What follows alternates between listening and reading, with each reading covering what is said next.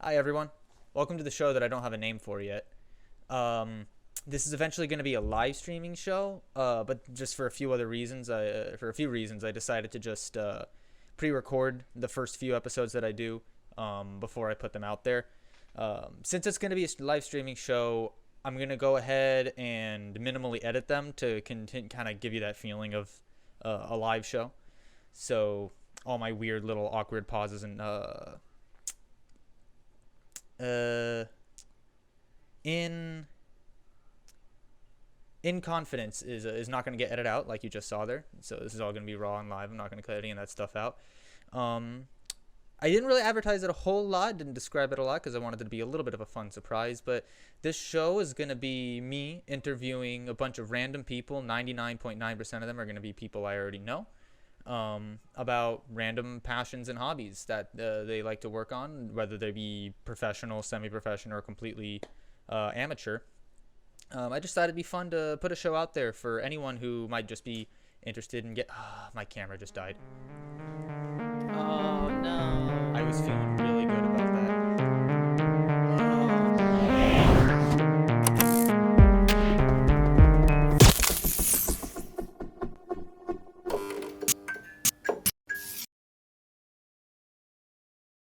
All right, so as you can see, it's not going to be completely uncut, but I'm going to try and leave it as untouched as possible, barring any disastrous mistakes.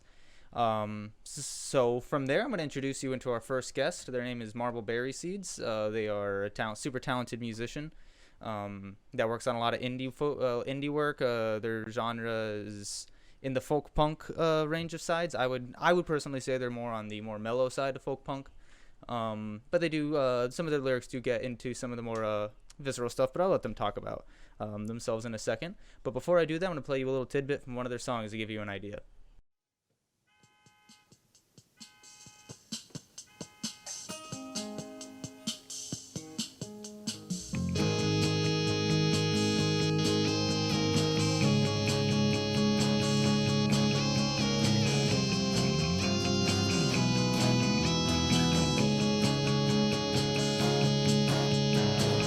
May the leaves alight and drop from the malnourished hand that holds them. May a phoenix rise to glory land. From this glory is abortion. May they thank the dirt that didn't birth another hell-rotten half-living thing, or one more pawn to be pulled apart by a divine and kinky chess game.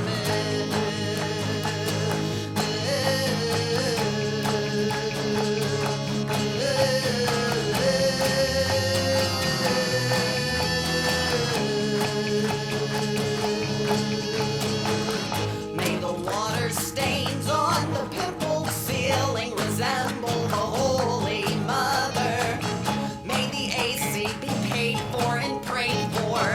May the bodies remain covered by the nice marble floor behind the ranch door foyer. And beanie babies under beds bathed pools of DNA. All right, I hope you like that. And without further ado, I'm going to bring in my guest. Hey, Bert. Hey, Cam, how you doing? Hey, lovely. Lovely. All Lovely. right, I want to give you a little bit of a opportunity to introduce yourself to the audience here, real quick, in Okay. your own words. Yeah, I am. My name is Cam. I play music as Marbleberry Seeds. Have been doing that, since maybe 2015. I like to write songs. I think it's very cathartic. I'm not good at talking about myself, but You talk about you know, yourself through your music.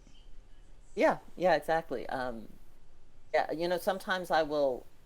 Um, I think I've said this at shows before. I will sort of like start trying to introduce a song, do that, singer songwriter thing where someone's like, where you go like, hey, okay, so this song's about like bathing in a river of blood or something, and then um, I will always I feel like I'll often stop myself because I don't necessarily know what some songs are about, which is why I wrote the song, because I couldn't explain what it was about otherwise, if that makes sense. That makes perfect sense.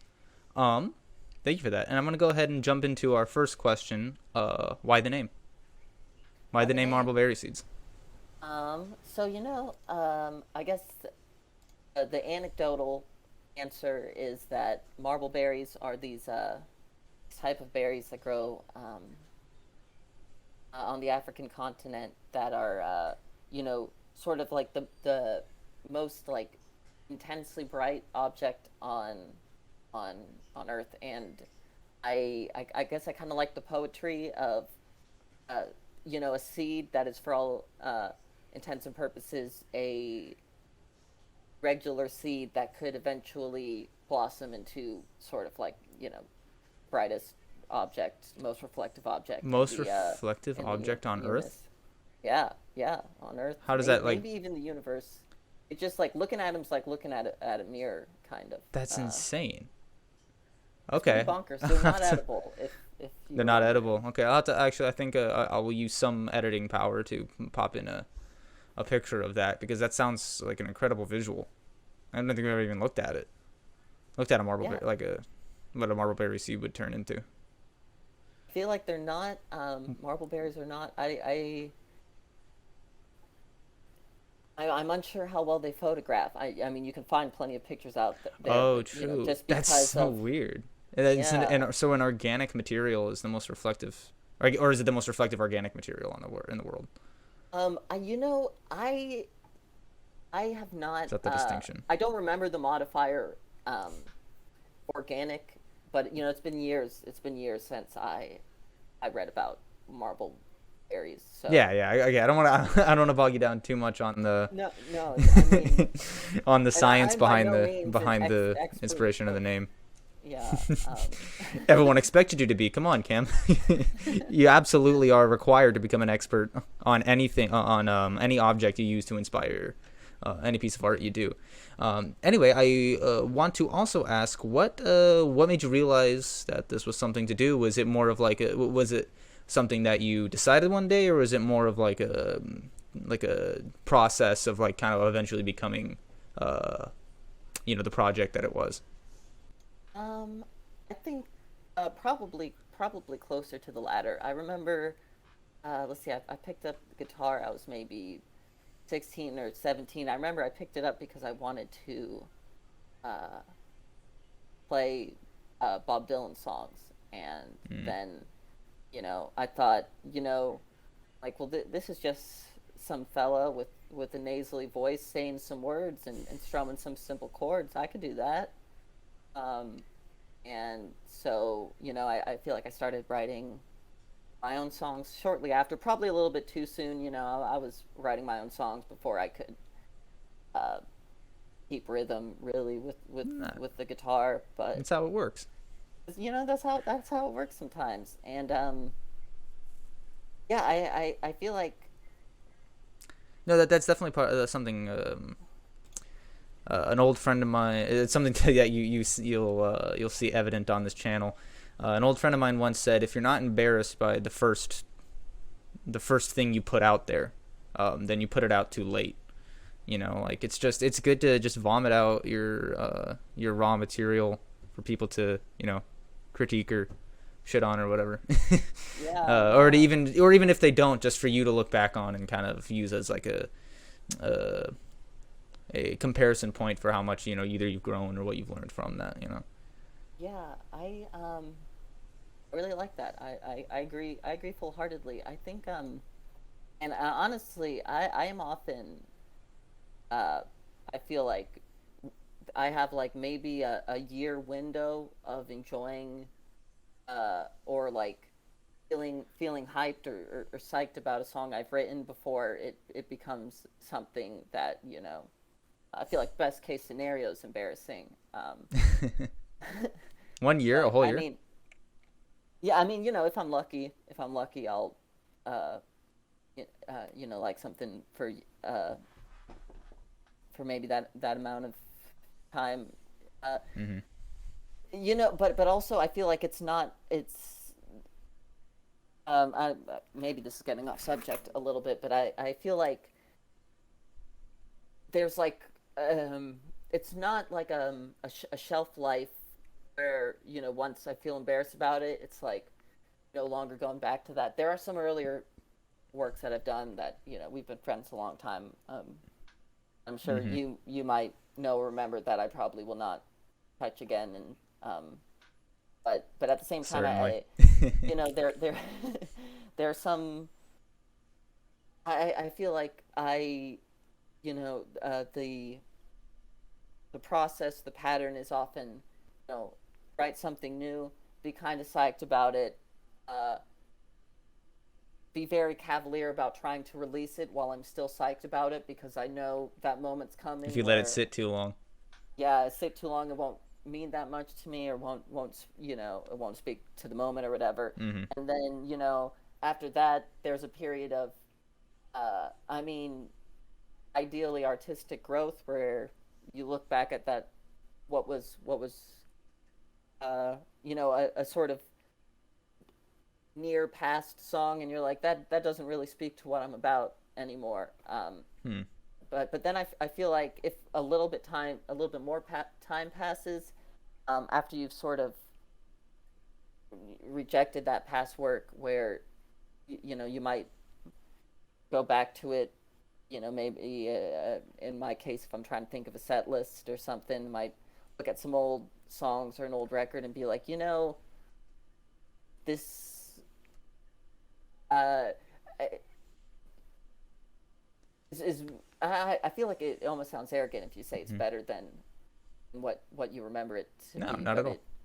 but I feel like you can kind of have a little bit once there's a little bit of distance, you can sort of develop a perspective where you're like, maybe this doesn't speak to me in the same way it does, but I can sort of empathize with my younger self and Mm-hmm. kind of uh, be sort of satisfied with uh, what I was able to do in that Yeah. time. What Yeah. sorry, I get a little rambly. No, no, that was lovely. The I can certainly no, I certainly feel the same way about even stuff I've worked on. That even if it doesn't necessarily speak to you, um, even if like the context in which it was made is no longer necessarily applicable, I find what also I'm able to do is kind of like recontextualize it and like find new ways that either the words or the imagery can then now speak to what's going on in my life now, and it's kind of like transposable. Yeah, yeah, I agree with that one. I can definitely see that. I think that's something that's super cool about art in general. Is the way, um, in a lot of people talk a lot about like ethereal intent versus sort of God, I'm barely removed from academia and I can't remember any of these phrases, but sort of Mm-hmm. how art is perceived by whoever's perceiving it, Mm-hmm. and these things. And I think one of the coolest things is how uh, time and experience can sort of just change how you understand a piece of art, what it means to you. Mm-hmm. Yeah, and I think it's kind of like the like twofold there. You can both empathize with your past self and apply the new meaning. Let's see, what is it? All right, so speaking of what things mean to you, my next question is, what does performing your music mean to you in any context, or in any context you may want to apply it? Oh, did I lose you? I lost you for a little bit there, so I don't Yeah, know. no, no, you're back. Okay, You're wonderful, back now. nice, hard cut. I might leave that. We'll see. Did you hear my question? Oh no, I did not hear your Oh, okay. question. What does I'm sorry. what does performing your music mean to you, and if it has changed in different contexts, If it has, how did that happen, or how did that feel? Wow, that is a good question. Remember the very first time I really played my songs publicly? I did like this open mic at this cafe on Virginia Tech's campus in Blacksburg that was, this run by the school, and I I was like I had some kind of something was going on. I was sick and my voice was incredibly hoarse, and Of you course, know yeah, of course it everything was was first very time. gravelly. Hmm. But I was like, boy golly, I'm gonna get up there and I'm gonna do it. And it was Bert, it was awful. It was so bad. But even at the time I was like, okay, well, That's a beautiful thing. It's a beautiful performance. yeah, start if you start as with something terrible, ideally there's nowhere to go but up. But I mean I love playing uh, shows live. Uh, there is this sort of I think something that's particularly beautiful about music that I'm sure I don't know, other art forms might have something similar, but I've never quite experienced something like the catharsis of playing a song live in a room, just with uh, just sort of how music you're just kind of like creating, even if it's something you've already written, kind of just creating the art there in a space, um, and just getting a reaction, or even getting no reaction sometimes. That can also say a lot, but Mm. it really uh, I just think it's an almost spiritual Hmm. kind of experience to play a song live in a room. And sometimes it can be a little some days uh, the the emotional vulnerability that comes with sort of putting yourself out there in that setting can be take a little bit more of a toll. Um, Yeah. I know, since not playing for about a year because of uh, COVID-19 epidemic. Hmm. The first show I had back out there just spiritually healing on so many levels. Hmm. Just it's wonderful. Yeah, I bet. Like, I do want to circle back down. I want to circle back to one thing you said earlier, but I'm gonna stick on this track here for a second. Like, for the songs that, let's say, you played at that, like, because I want to kind of go back to the idea that that pieces of music can kind of become recontextualized, or like can kind of mean Yeah. something. Like, what, like did the songs that you played at that show, that was your first time coming back after lockdowns, did those songs kind of get any sort of, like, whether it was just in that moment or even after the fact, did they kind of give you like a little bit of a new context or a new meaning to them? Or Um, that's a very good question. A lot of those, um, or did they say anything new to you that you never realized before? you know, well, a lot of the songs I played were a little bit, on the fresher side. Mm-hmm. I kind of favored, songs either um, off of New Forgiving Day, which was released kind of at the beginning of the pandemic, and then a sort of EP I recorded with songs that were sort of for Bree Peterson. No, that was for Bree from Cooper's foreign tunes compilations. So a lot of those were already kind of informed by this plague that we are still dealing with. Mm-hmm. but you know, I'm sorry, I'm getting so rambly. There was one No. song that was sort of years. Uh, well, the song's called "Lone Tree in Hell." Was released. You know, I think maybe the first thing a split I did with Hello Doctor in 2015 that I sort of, you know, I want Hello Doctor to consider come to be back. the beginning. What? I want Hello Doctor to come back. It's a Yeah, tragedy yeah. We that should they get Hello disappeared into Doctor the back. darkness Yeah. Ventured into the void. and They never did not. returned. Yeah, they did not bring. You know. I'll hop into that void. I'll bring him back. I'll drag that carcass out. No, Drag it out. I'm gonna play. I might Um, play a little Hello Doctor and give a little context. I don't know if I can get on it. If I'll get a hold of any of those. I don't think I can get a hold of any of those recordings, but I'll try and maybe find a way to play some. But I don't know, or maybe not. um, We can just forget it. We'll let could it be a yeah, mystery. it could be cool. Yeah, But yeah, yeah. So the Lone Tree and Hell track.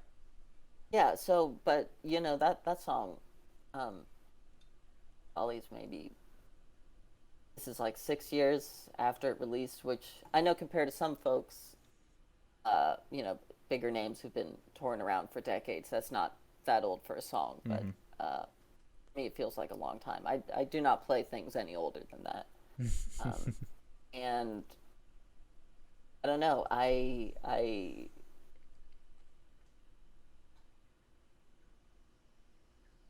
just feel it was something when I was trying to figure out the set list for the show. It was a song that I sort of sat down to play and just I don't often get very emotional about my own songs. I get emotional about lots of things, lots of other people's songs, but I don't often get very emotional about Hmm. my own work. But it was just kind of hit a little bit. Just yeah, just kind of hit different after very you know sort of mentally Hmm. spiritually taxing year. Yeah. Sort of um, Yeah. And for those who don't haven't heard it, it's very much like a track of kind of defiance, I would say. But like kind of like a solemn, like uh, reserved defiance. You know, like a somber defiance. So I can yeah. definitely see why a song like that, put into the context of kind of, I guess, breaking free in a little bit, or like, kind of reawakening, could be something very cathartic. Yeah, you know, I feel like, and this maybe speaks to what we were talking about songs, sort of changing meaning. Because I feel like definitely when I wrote it, which was also during kind of a hard period in my life, it was a little bit about, or it definitely I feel like spoke about defiance in an abstract sense to me. But I think upon revisiting it, it sort of well, I mean, it's still defiance, but you Mm-hmm. know, it kind of like um, defiance to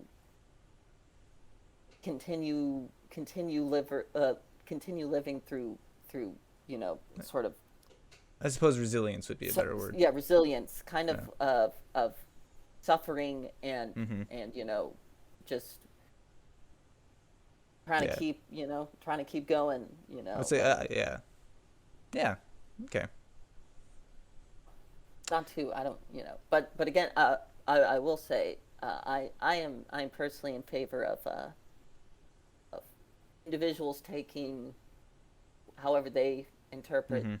anything I've written if I'm lucky enough to have anyone care Yeah. that Well, they've much. heard my Um, descriptive description of the song, so that's the definitive way yeah. they should take it. Well, I just you know but I guess no I guess I just mean like I feel like people's head canons they should take that and run it Absolutely. what anything you take from a song uh, probably means way more than how I think about a song in my own head. You know, everyone's individual head canon. That's the definitive message of the song.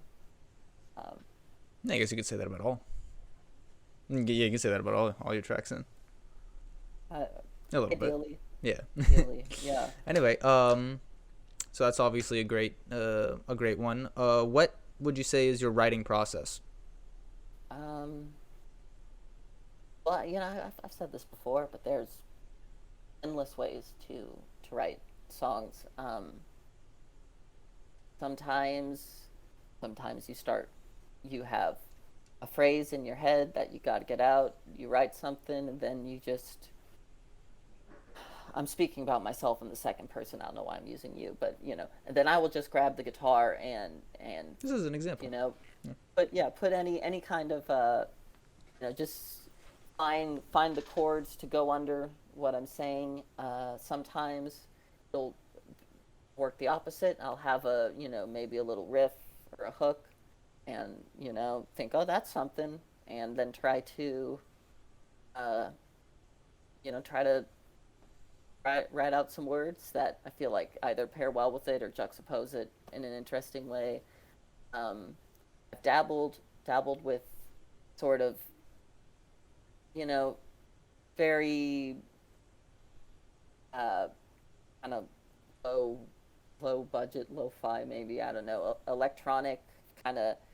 There was a period, probably I think maybe 2018, maybe 2017, where I was just like really into just sampling sounds around house, and then just doing this very archaic method of like cutting and pasting it into GarageBand, and sort of seeing what I think. There's a couple of tracks have formed in that way, but That's a so lot of fun. Do you feel like, and I don't know if you'd be able to answer this question or not, but like, do you feel like there's the songs that you write lyrically first or get like lyrical inspiration for first tend to be more of your like um let's how do I put this, like a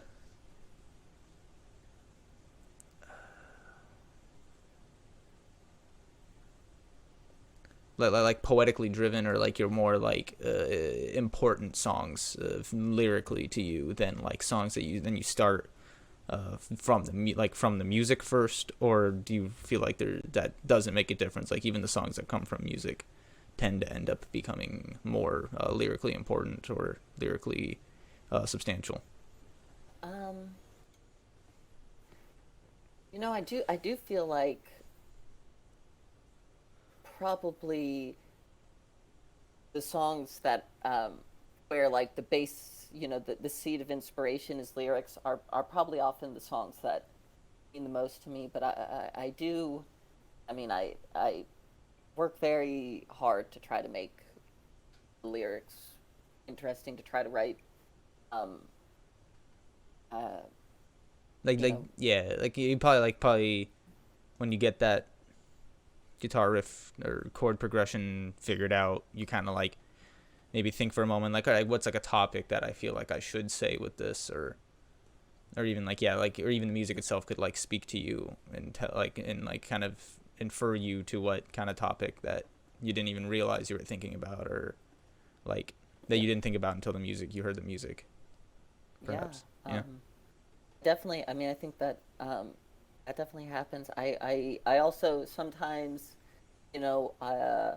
will just play the music and just try singing things off the top of my head and see what comes Mm. out. I think more often than not, my lyrics are heavily revised from the original version. I think something I have to keep on reminding myself, it's a constant struggle to allow myself to create a first draft that is not perfect. It'll Mm-hmm. never be perfect. That's a it could always be better. Or words could always find a better word, or phrasing and things like that. But I think it, it's just, if you're able to get like a first draft of something, it's a lot easier than to change the parts that that don't speak to you, or maybe feel a little forced or vague, or than it is to, you know, just create a whole new thing that is just, you know, fucking. I'm sorry. No. Swearing's okay. Yeah, it's fine. No. Okay, cool. You know, just, you know, some kind of literary genius, you know, just that it appeases the standards of you know, part Yeah. the part of your brain that will never be satisfied with anything that you do, you know. Mm-hmm. um, it's No, I totally get that. Yeah, especially when I'm writing for Buddy Squad, I just have to vomit stuff out on the page and kind of force myself to do you that. just gotta vomit, You know, and then vomit stuff. I comb back over it. I'll comb back over it like 4 or 5 times, and kind of make sure everything, you know, everything connects properly. And I'm kind of trying to say what I'm trying to say. Currently right now, like writing a scene where I've been thinking about for a while, so I'm taking it very slowly. And I'm kind of taking like more of like a methodical approach this time, so it's taking me a long time. But I certainly wouldn't do that with the majority of the writing of it, or else I would never get it done, because it definitely takes me like longer to motivate myself to sit down and do that than it does to just kind of like, you know, fart out my thoughts. Yeah. Anyway, yeah. Anyway, I want to go over your. You're good. What? Hey, whoa. Excuse me. Oh, excuse, trying to get through here. Sorry. Pardon. Whoa. No, I'm so sorry. Yeah, that's my fault. That's my fault. I'm sorry. I'll just go right. I'm gonna go. Oh no. I insist. I want to talk about your products. I want you to go ahead and list out your albums and kind of and just kind of give me a general run through of the production of each of them, that you can, whatever you can remember at the top of your head. Okay. Let me see if I can remember this. So, I would say I consider like the first real Marble-Berry Seeds published work. I mentioned it earlier. Is a Be Fruitful, Be Brave, and Burn the Things You Love, which is a split with Hello Doctor, my very good friend. Dylan Brothers, who's now in a thrash project called Spectral Light, which if you happen to be stomping around in South Florida, you should catch him live sometime. Oh, he's gonna be on the show. Wonderful. That's very exciting. And listen, we recorded that in Boston in Ugly Duck Studios with Sam Krieger. I didn't realize you recorded it in Boston. Yeah, I went up. I think it was recorded over two different kind of like 4-hour sessions. On two different little trips I took up back when Dylan was living in that area. That's definitely gonna change the way I look at it now. Wow, that's really weird. That's crazy. I didn't know that. And I think it was sort of the point I was starting to figure out what it was I wanted Marble-Berry Seeds to do. Most of the songs, are just guitar and a voice. I think Dylan played bass on a track. Had a if I can guitar recall, solo he on plays that. the guitar solo on oh no, I can't remember. Old Delano, Lane. Huckleberry Lane. Yeah, Old Delano's got no Huckleberry place to Lane. go. Yeah. Yeah. That's definitely one of the record where some of those songs I don't hang out with them anymore. Yeah? We're not super close, but Would you say that one particularly or not? I don't think I've played that one in a very long time. I'm sort of, I mean, I sort of like yes, again, kind of have empathy for my younger self, appreciate what I was trying to say. But I feel like these days I don't want to speak to people's experiences that are not my own.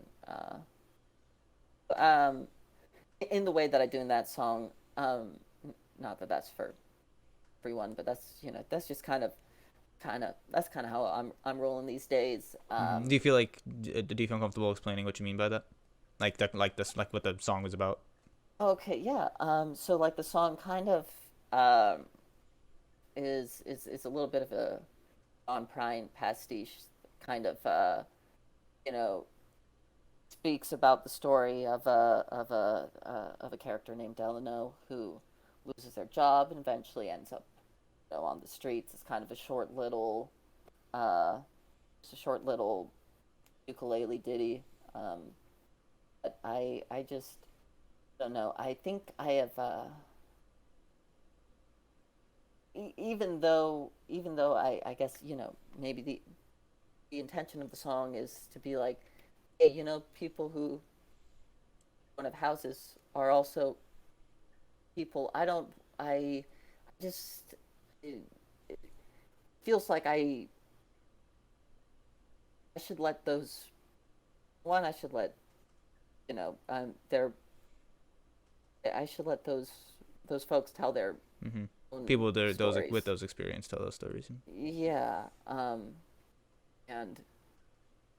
and there's a couple Mm-hmm. other songs on that record that probably have a little bit of activist guilt about like the maker, like when it speaks about the swastika tattoo. It Mm-hmm. does it There's a point you were making there, but it's still even you would probably yeah, still be it's like uncomfortable with the imagery even like today. yeah. I mean, even though the song is very direct about Clearly someone making with it a that like is a is a bad bad person. person, Yeah. yeah, I still like had Still, it's just the phrasing of it. yeah, This is had a little my rough. my dumb younger self Mm-hmm. been had the foresight to know how prevalent Nazis would be in our current uh, our current Current political political climate, I would have zeitgeist. Yeah. never had for 1 second said anything that Mm-hmm. would have would have validated, or it doesn't really validate that, but I still feel like if you're Nazi, maybe you could take validation from that if you're something, I don't know. Mm-hmm. Does that? I mean, it's maybe it's weird without the context. The line is, "Want to get a swastika tattoo on my ankle? Show it to everyone that I meet, or decent folk I meet, so they know right from the beginning I'm a shitty fucking being, and I deserve to join the earth beneath their feet." And I just, even though the song is clear about where it stands on Nazis, yeah, the Yeah. phrasing is not based.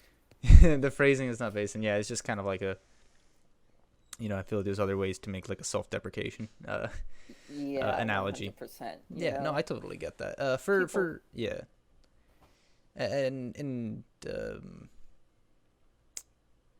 even for what's it called for Huckleberry Lane, I feel like there could be an argument to say that that there could be an argument for that song. But that's not. I'm not gonna jump into that on the show. Or I'm not gonna have a whole lot of This show isn't about philosophical debate. yeah, We're just gonna keep pushing on, pushing on. pushing on. What was the next Sorry, we record? spent a lot of time on that one. Hey, you spent a lot of time making it, so only just so we talk about it. um, uh, the next one was Meteorology. That was later 2015.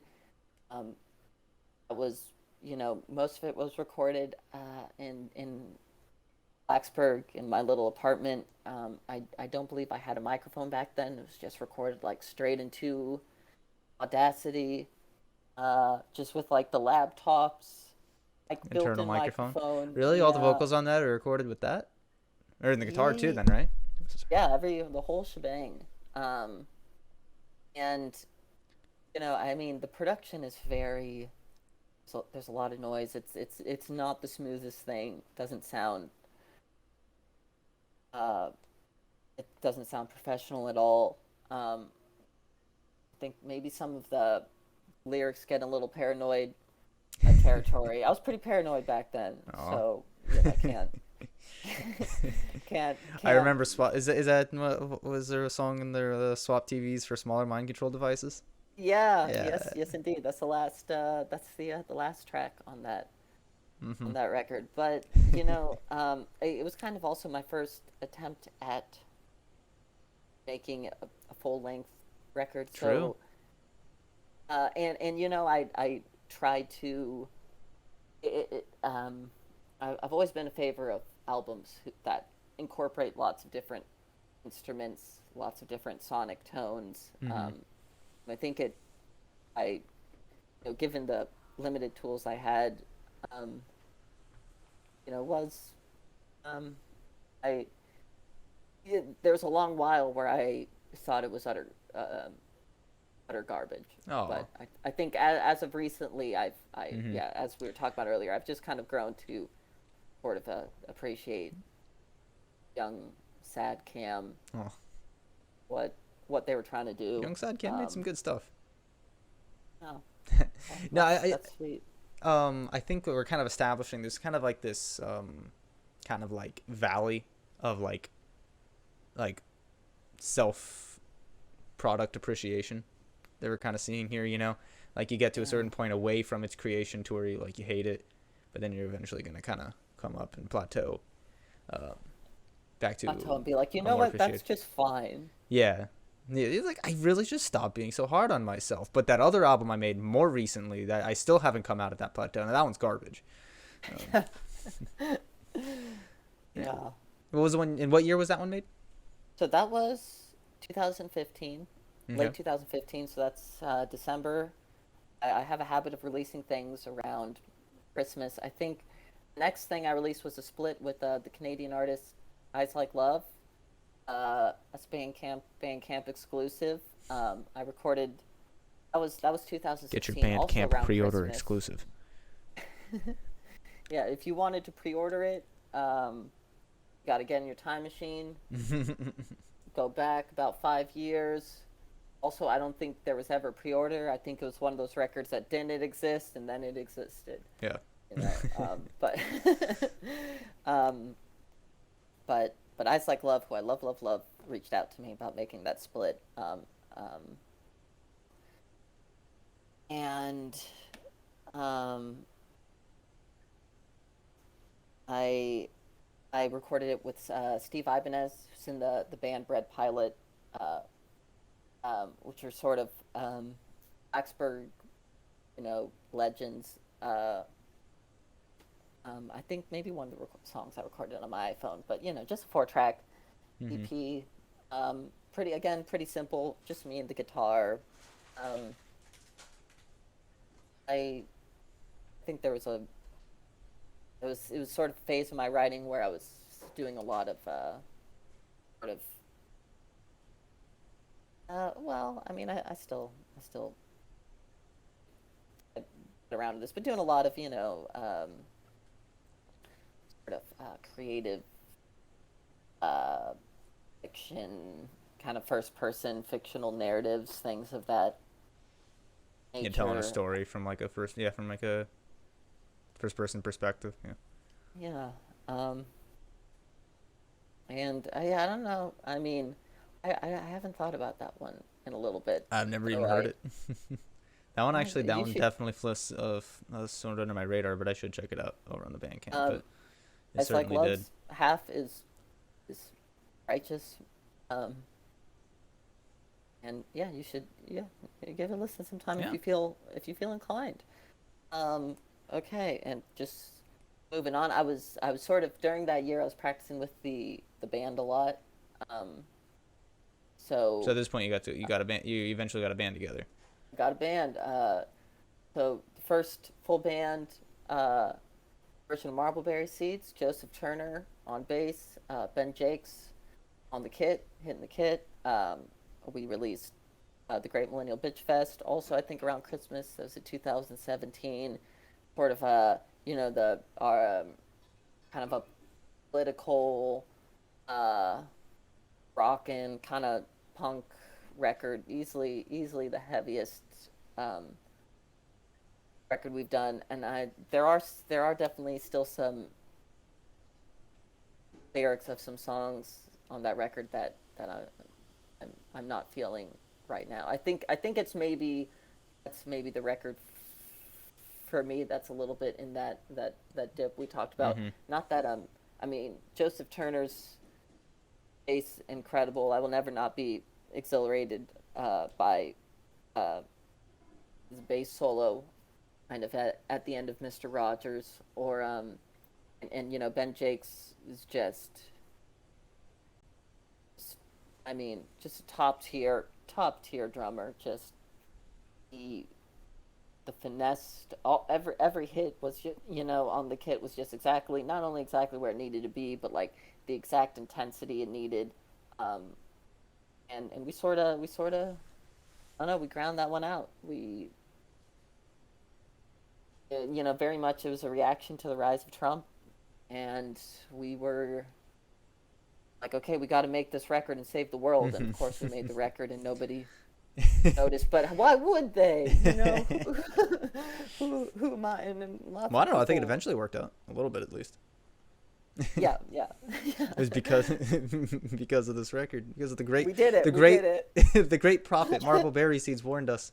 Sorry, yes, we worked Right. very hard. That's all I was Yeah. gonna say. No, we I worked would- very hard. A lot of days in Joseph Turner's hot basement in Wilson, just grinding the song. Joseph Turner's like, it could be tighter. We played it again. Joseph Turner's like, it could be tighter. We played again, etc. Yeah, Yeah. that was definitely, it's definitely your most technically impressive record. Oh, I For sure. appreciate that. Yeah, yeah. I mean, you I was also trying to, I don't know, I feel like sort of trying some new things with my voice. I'm fairly proud of some of the growly. yeah, no, I would the honestly rougher say you bits achieved those get. things. Oh, thanks. And that's just, you know, this host's opinion. And my audience's too. It's good. That's crazy that you have the power to. I know, it's pretty Sure. cool, isn't it? Yeah. I was gonna ask you something. Did you guys record everything separately? Like, you know, did you go record everything separately and mix it, or was it recorded? It was recorded live. I think maybe all a the whole couple band of- live? Whole band live. I Nice. think I did a couple of guitar dubs and a couple of vocal dubs. But other than that, and Austin played some synth and some guitar added in post onto Protest Song. But other than that, yeah, no, the That whole song slaps. whole thing. Oh, thanks. Whole thing live. That's we impressive. recorded That's next- really good. Especially what's the song? I'm so bad at remembering names of songs. Beehive, the Queen. Beehive, yeah, Beehive, that's okay, sort of the pretty heavy. Everyone bow down to the Queen. Like, that one's very. It made me think of like some Alice Cooper work, almost. Oh wow. Yeah, especially off of the record that the record that 18's off of. I don't remember what that record is called, but like one of his really old ones. But yeah. Well, I haven't never gotten that before, so I appreciate that. I think that is probably compositionally the crown jewel. We spent a lot of time on It that really one. is, and you played Like- that. If you played that live, that's really good. Yeah, it was 100% live. I mean, just like the little tempo build up. God, you know, I wish I all these years of playing music picked up any terminology, but the sort of tempo increase just towards the end, Yeah. towards the end of the song. Just like we just practiced that part alone over and over and over. You know, we were very dedicated. I think I really appreciate those Joseph Turner and Ben because they gave it their all. They kicked ass. No, they really did. And so, and that led into Quitting, right? Was that Quitting also a full band record? Quitting was also a full band record. And In then- okay. between, sorry. What Go on, year? if you have So a yeah, question. I'm so sorry. I just want to clarify. So, Great Millennial Bitch Fest was 2017, and then Quitting Yeah. was a little bit later. It's probably your Nope. longest gap yet in the Well, album creating process. Between the two, I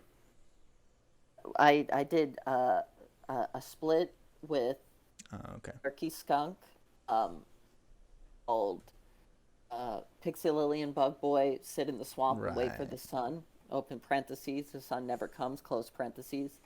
And that was sort of, that was kind of, that was all recorded in my apartment in Blacksburg with my Samsung Meteor mic and GarageBand. Lurky Skunk, my very good friend Leah Worley, and their music is just righteous, and you should check it. You should check it out. Gonna plug Leo Lurky Skunk, amazing songwriter, and really a songwriter like no other. But yeah, so we worked on that together. There's like I feel like for that record, I was like really into starting to really get into like a lot of Bowie's stuff and sort of the you know that kind of psychedelic free association writing style. I think some of that maybe comes through, maybe not, but tried some new things on that. Sort of started. It was my first real attempt at home recording since Meteoronomy. So there's still it's still a little bit rough, but I don't know. There's some different sounds on it. It has a Dragonfly Sermon, which is one of those kind of electronic things sampled around the room tracks that I talked about earlier. So that's I don't know. It was just really fun to make. It's just I felt like I am an imitation of one of those like 70s cocaine fueled classic rock records where David Bowie's like young Americans just going it was not cocaine fueled but you wouldn't know that. And then after that Birthday Sync, which I think that was maybe a few months later. It was just kind of 4 tracks. Also dabbled a little bit with some of the songs of psychedelic. That one's a little bit over the place. It has Miley Cyrus's "Party in the USA," which is another one of those kind of electronic songs. I think there may be just the two, just kind of sampled things around the room. See what I can make, but I'm still That fond sounds of like a that lot of song. fun. We should produce one of those together. Should. It sounds like a lot It's of a good fun. time. Yeah. Great. And then, yeah, X is Quitting, which is the next full band record. I don't know. Did you have? It seemed like you were starting to tell or ask a question about it earlier when you were like Great Millennial Bitch Fest. No, I was And just then trying to get the Quitting, and I was timeline like, straight, like of the years that these were released. um, yeah. So I guess Quitting was 2019. Although it was released probably like a year after it was recorded. And that was Joseph Turner again on bass. My very good friend Ike Pickett picked up the drums for it and absolutely crushed it. It was sort of I feel like for me it was kind of that record focused a lot on sort of uh, different aspects of religion or spirituality. It's kind of a main concern of my writing at the time. I also think, I mean, and don't get me wrong, when we recorded Great Millennial Bitch Fest, we were very much, uh, we were very much, a band that was, I mean, I feel like Joseph Turner, Ben Jakes made that record, but I feel like Quitting was kind of like the first time I really let people do what they wanted to do. It felt very much like a family record, kind of. Ike does some singing. Um, we kind of it dabbles in rock opera territory. We don't fully commit. Maybe maybe that's a You con, had the maybe that's a restraint. pro. You had the restraint. Yeah, I played. Uh, I played a lot more keys on that record. I think more keys than I probably have on any other record. It was also recorded live with Austin Adair, who did the, production, the mixing. Um, and I don't know. It I feel like is a little bit, so, yeah, I mean, much gentler than quitting. Um, I mean, and but it was just I don't know. It was um, I feel like I was uh, had become much more subdued by the time we recorded that. So, uh, Yeah, and sorry, go ahead. my personal perception of it is like it's kind of like it's a good follow up to Great Millennial Bitch Fest in a way that, like, it kind of subverts what you'd expect, kind of like, you'd expect like things to go even bigger and better, but it kind of takes that more like um reserved approach to it. Yet it also, but that doesn't like take away from anything. And then actually I feel like the record does add a few things. It adds, like, I feel like even though Bitchfest is very well recorded and very well mixed and done, um, quitting feels like just like an even more experienced kind of um, application as when it comes to like the mix and the master of it and whatnot. If it sounds even cleaner, even sharper. So it just sounds like a record that, like, from a band that even like matured in multiple ways, in kind of like matured in kind of a dynamic way.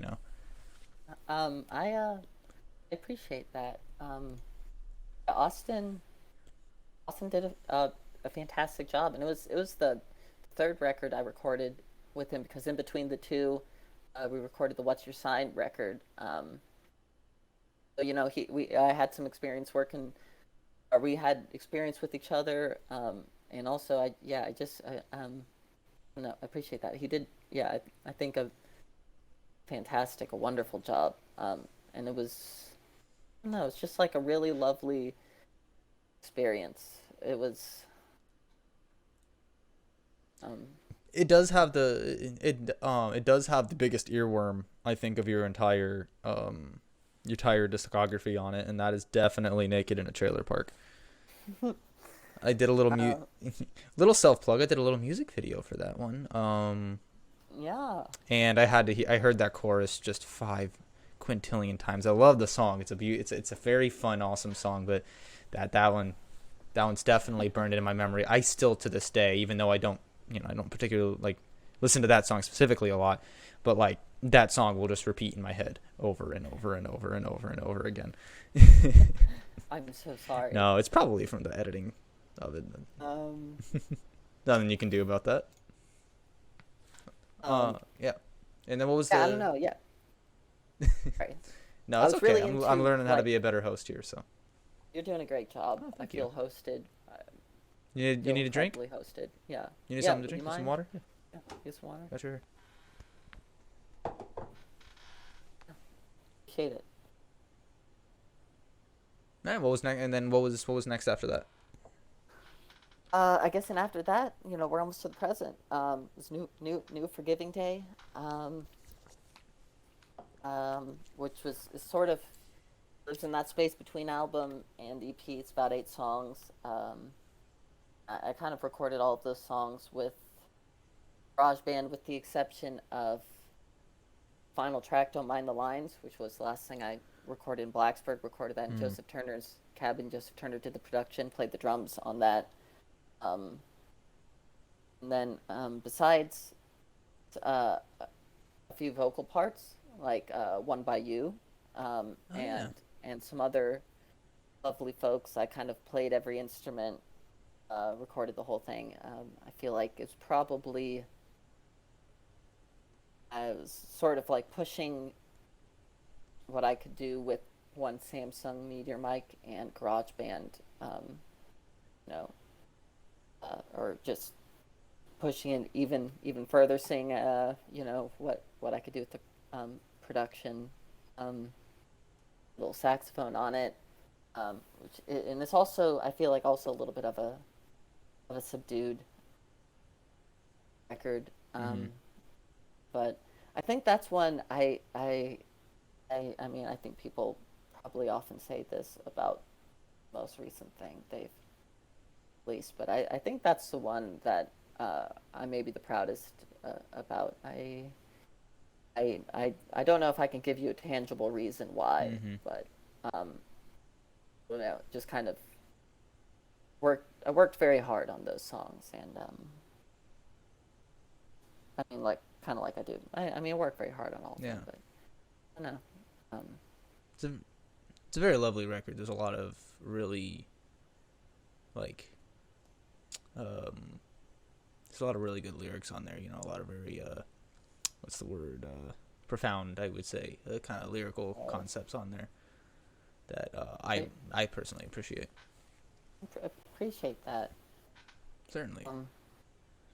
And it has, you know, the late and great Mabel the possum on the Great. cover. Yeah, the wonderful Mabel is on the cover.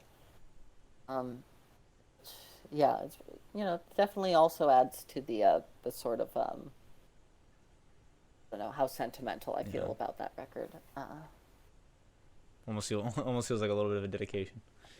Yeah, oh for sure. I definitely dedicate that one to Mabel, the most wonderful possum who has ever walked this wretched earth. Whoever hanged from a branch. Rest in power, Mabel. Hung from a branch. Yeah, rest in power, Mabel. And that brings you to the most recent work, right? Yeah, and then a little bit later, with some, I released a Pog Change in the War Machine EP, which is also some watch band work, and that was kind of fun. Has the that sort of captures the,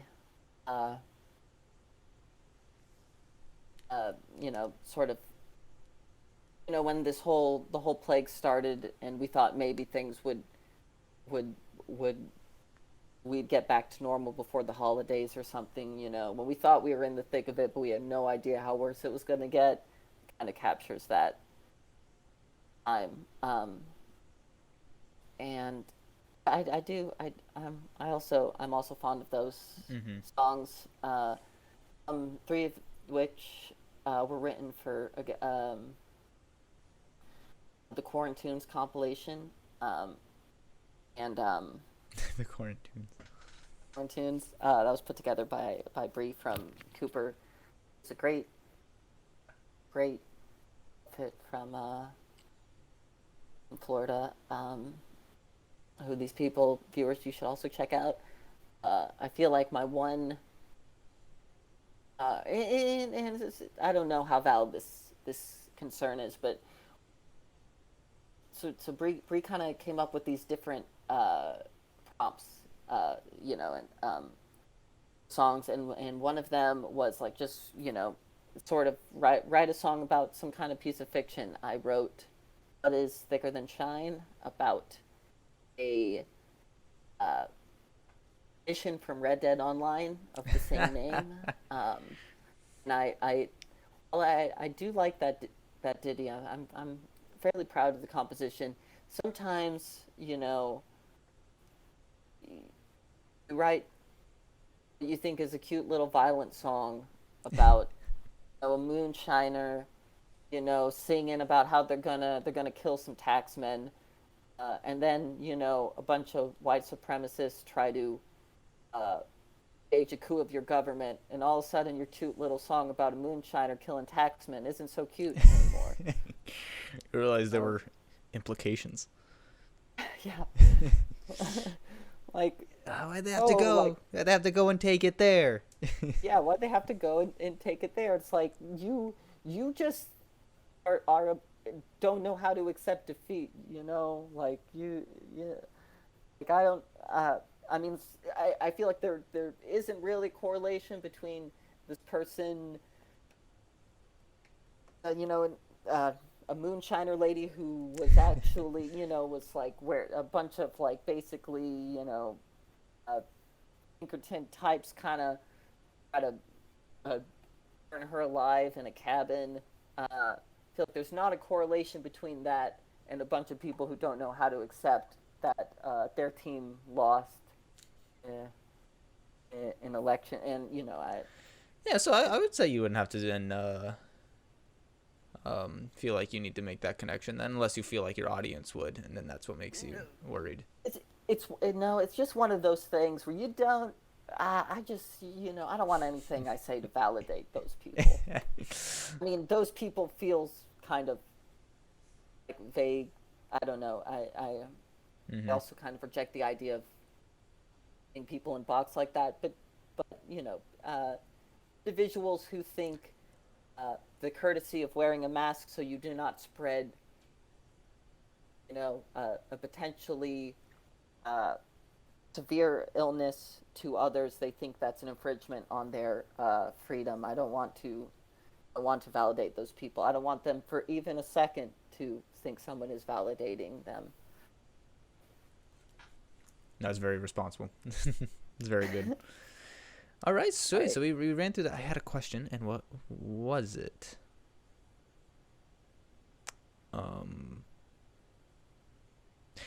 And then both New Forgiveness Day and Pocket Change for the War Machine, they were both recorded in Florida, right? Yes, those were recorded. I consider New Forgiving Day kind of the Florida record. I think it's sort of a rite of passage of songwriters to have like that hometown record. And I think I just moved back to Florida, and I think that record is kind of informed by a lot of that. A lot of the feelings from going back there. Yeah. I kind of feel like, since New Forgiveness Day is kind of like a short record, and then Pocket Change is like more of an EP. Like, do you ever see yourself kind of like combining the two in the future, and just kind of like, if it ever worked out better, kind of having them as like a singular release together or something, or a bit of a package? Or do you feel like they're too distinct? Well, I feel like a sort of the difference between them is I think New Forgiving Day kind of has, at least ideally, it has sort of like a consistent mood around it, even though various different instruments, sounds, whatever on the record. I feel like the mood and spirit kind of contained in the record, and I think often something I enjoy about making EPs is that I sort of like to, things are a little bit off the walls. I'm not going for a specific sound. Feel like something in most of my EPs, something they have in common is just lots of different sounds. But that makes sense. I mean, maybe not as much like writing on. You didn't put in as much work into a little EP, so it's not as much like kind of like personally writing on its perception. It's just kind of like more of like a fun little project, I should say. You're closer to. I mean, everything you work on means something to you, but you know what I mean. Yeah, it's often a place where songs that otherwise don't want to play with others, they may find themselves on an EP. True. All right. Well, I feel like our audience is now fully acquainted with you. I'm gonna have in the billing of this show a promised live performance. So I'm gonna go ahead and leave the floor to you to wow my audience. Let's go. Okay. This one, I really hope I get all the way. Give me one moment. I have one little technical thing I gotta do. I'm so sorry. Okay, you're all free. Take your time. You're good. I really hope I make it all the way through this. If anybody hung around this long, thank you for listening to me ramble and trip over my own sentences. This song is still fairly fresh, so we'll see how it goes. It is tentatively titled Strange Escape.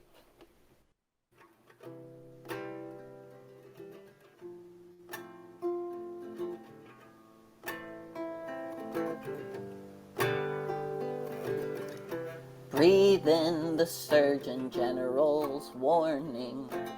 the hellfire organ of the morning birth brain. Coffee, wing, Icarus, cigarettes, deliverance strung out on existence and bored of the pain.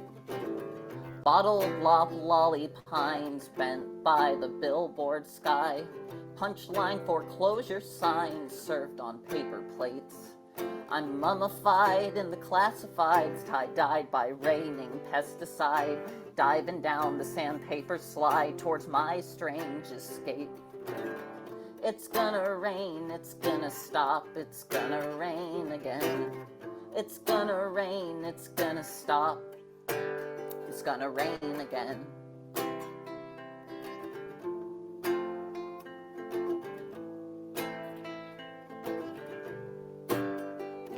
Snapshots of hopeful sentiments on hold with SNAP benefits, while rent prices rise over the half-mast sun.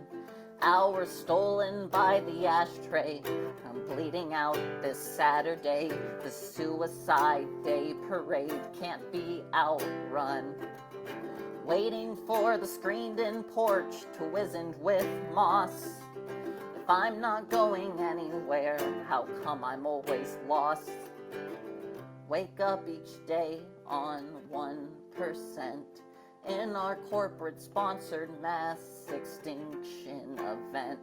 From the city of angels, amber waves of flames, to the Ellis Island statue, sick and laughing at her name. She says if they don't want their own poor, how could they want yours? And why'd they send the army in if they didn't want war? Double down on panicking and deadbolt the door, and think about humanity from the bathroom's tile floor. It's gonna rain, it's gonna stop, it's gonna rain again. It's gonna rain, it's gonna stop. It's gonna rain, it's gonna stop, it's going to rain again. It's going to rain, it's going to stop. It's gonna rain again.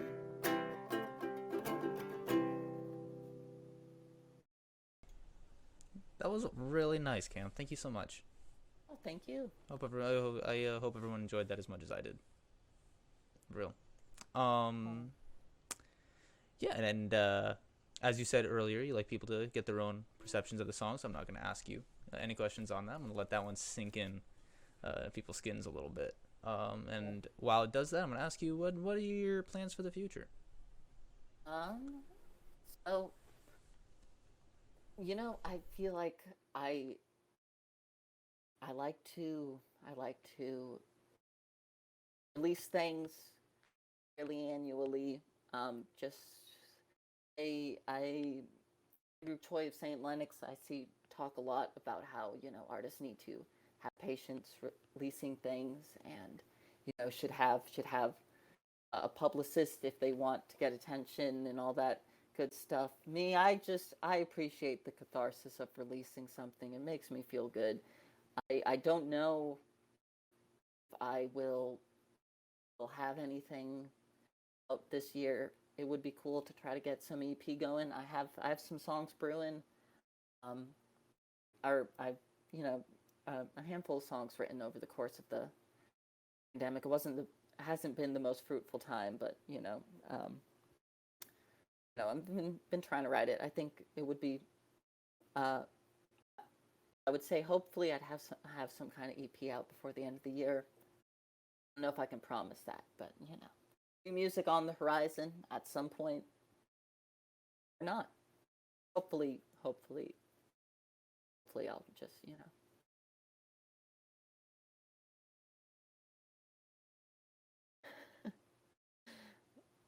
appreciate that. Thank you so much for being on the show, Cam. You were a great first guest. Thank you so much for having me. You're very kind to my my inexperience as a host. I'm gonna keep trying to get better. You're kind to my inexperience as a guest. That's good. Okay, we're practicing with each other. Anyway, thank you so much, Cam. Be well. Yeah, likewise.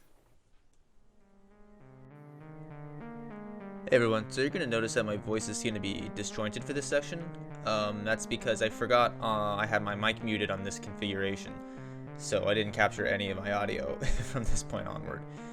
All I said in this section was that I'm going to keep doing this show every other Sunday, so it's going to be every other week, it's going to be bi-weekly. Please let me know what you think of it, whether you loved it or hate it. I still love the engagement. If everyone overwhelmingly hated it, probably still going to make a few more of them, just so I can practice the format. I had a lot of fun doing this kind of format, kind of for the first time. Also, just want you to stay in tune with the channel. I'm going to keep posting the stream compilation videos every Wednesday and every other Sunday that I don't post this show. And be sure to jump in on those game night streams. Every Friday night at 8, we have a ton of fun. It really is it's a lot of fun. And I still got some Buddy Squad development vlog videos in the works. I haven't completely abandoned that portion of the channel. I do hope to get back to that soon. So stay tuned. That'll probably be on a Friday morning I post that. Anyway, thank you all so much for watching. I really appreciate it, and I hope you liked it. Everyone, take care.